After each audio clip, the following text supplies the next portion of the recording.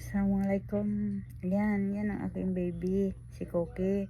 1 month pa lang siya, naipit siya ng pintuan ng anak ko. Hindi naman po sinasadya. Ito po siya. Di po siya makalakad. Ang ginawa ko po, inihilot ko yung paa niya na naipit. Tapos, nilagay ko siya sa pinainitan ko siya pag umaga.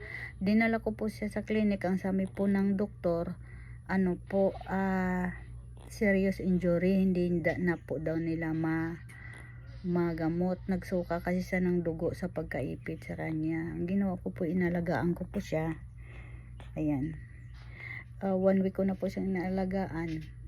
Alhamdulillah, bumabalik na po siya paglalakad. Unti-unti lang po. Hindi mabigla. Ayan siya.